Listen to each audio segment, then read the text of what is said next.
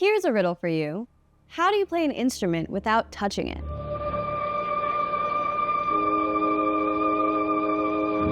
This eerie sound was made by an instrument called the theremin, an electronic instrument that creates otherworldly tones. Its distinct sound was popularized by sci-fi scores during the 1950s. But the theremin is unlike any other instrument because instead of touching it, you manipulate electromagnetic fields around it. The theremin has not only shaped the iconic soundscapes of classic science fiction films, such as 1951's The Thing from Another World and 1953's It Came from Outer Space. It also laid the groundwork for electronic music as we know it now. But how did this touchless instrument go from a 20th century Russian physicist's lab to being an integral part of electronic music's evolution?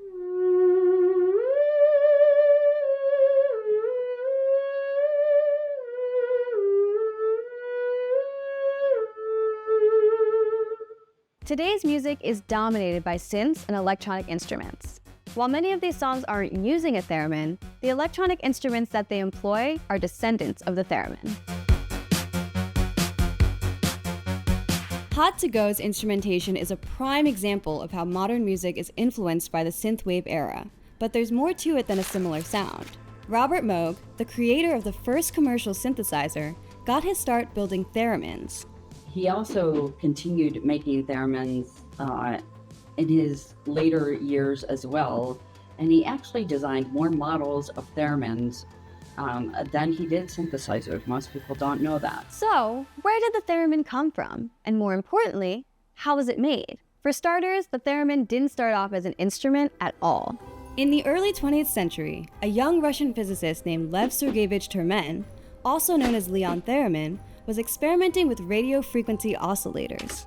The theremin was initially designed to be a measuring implement for determining the density of gases. Leon decided to replace a needle and meter with an Audion oscillator, which accidentally produced sounds in his laboratory as he moved his hands around the device. All right, so Linda, this is how the theremin works just in a nutshell. So you see this antenna? Mm-hmm. This is the pitch antenna. So we control this with our right hand, and these are really like where the notes are. Okay, so closer to your body are the lower notes, and closer to the antenna are the higher notes. Left hand antenna down here, this is the volume antenna. So we raise our right hand up, or our left hand up and down to get volume or to mute it, right? So it's kind of like an action of like rubbing your head or rubbing your tummy and patting your head because you're going sideways and up and down at the same time. One of the most well-known thereminists was Clara Rockmore, a classically trained violinist from Lithuania who became a theremin virtuoso in the 1930s. Rockmore's adaptations of classical works showcased the theremin's unique ability to mimic the human voice and string instruments. Then there was Samuel Hoffman. Originally a concert violinist, he helped bring the theremin into popular music and Hollywood films during the 1940s and 50s. Hoffman's theremin work became synonymous with suspense and science fiction films. His collaborations with Oscar-winning film composers like Miklos Rozsa and Bernard Herrmann added an otherworldly quality to scores. The theremin kind of has this like spooky reputation. And can you talk a little bit about why you think that is? Because it's very like ethereal / it sounds kind of alien-like anyway, you know? Like it sounds kind of voice-like, kind of string-like, and yet not. You can tell that it's not human. Do thereminists welcome that stereotype, I guess? Or is it something that they're like, no, the theremin is way more than this?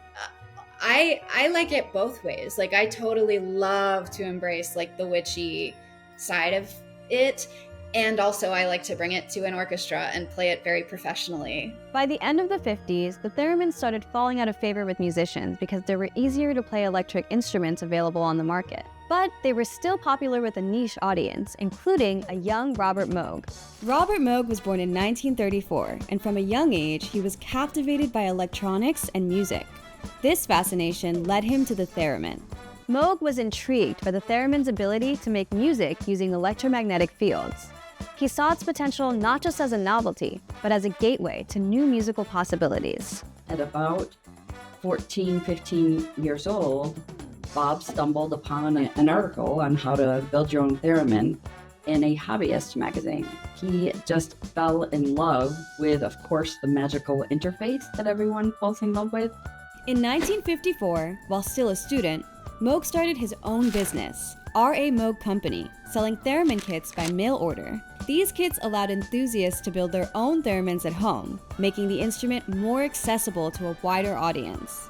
In the fall of 1963, so just a couple of years later, a young gentleman approached him named Herb Deutsch, and he approached Bob and said, "Hey, I have one of your theremins, but there are sounds in my head that I really want to integrate into my compositions, and they're just not achievable." Inspired by the theremin, Moog strived to create an instrument that offered even greater sonic possibilities. In 1964, Moog worked with musician Wendy Carlos to create the Moog Synthesizer, a groundbreaking invention that changed the music industry forever.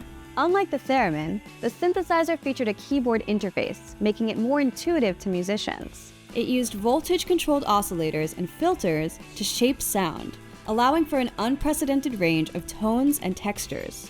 The Moog synthesizer quickly became a favorite among composers and performers, used in everything from avant-garde compositions to popular music. Iconic albums like Wendy Carlos's Switched on Bach and the Beatles' Abbey Road showcase the synthesizer's versatility and creativity. Moog's innovations laid the groundwork for the modern music landscape, inspiring generations of artists to push the boundaries of what music can be. Synthesizers and other electronic instruments provided musicians with greater control over sound production and a wider array of tonal possibilities. These innovations gradually overshadowed the theremin, which was often seen as difficult to master and limited in scope. To play the theremin, you have to have a good ear. You have to be able to keep a key because you don't have any point of reference. Literally, you're conjuring notes out of thin air. In the 1960s and 70s, the theremin found a new home in the world of rock music. Frank Zappa was known for his avant-garde approach to music, and the theremin was a perfect fit for his unconventional style. Another iconic musician who utilized the theremin was Jimmy Page of Led Zeppelin. He incorporated the theremin into live performances, most notably during the song Whole Lotta Love. Despite the relative obscurity of the theremin, there are several musicians like Caroline Scruggs who are finding new ways to incorporate the theremin into their music. I really think of it as and use it as my second voice. I like to, do all kinds of things. I'll hook it up to my loop stations and create loops of these really haunting long melodic lines and then mix those with my voice and get this really interesting texture combination of all of these different voices, and you can't really tell which is human and which is theremin.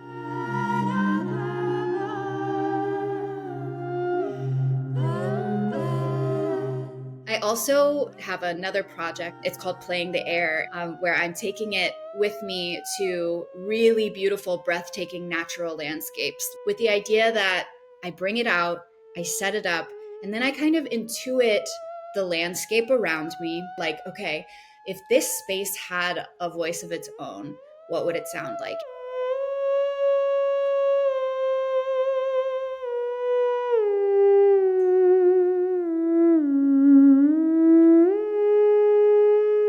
A prominent figure in the current age of theremin music is Caroline Ike. Born in Germany, Ike is considered one of the leading theremin virtuosos of our time.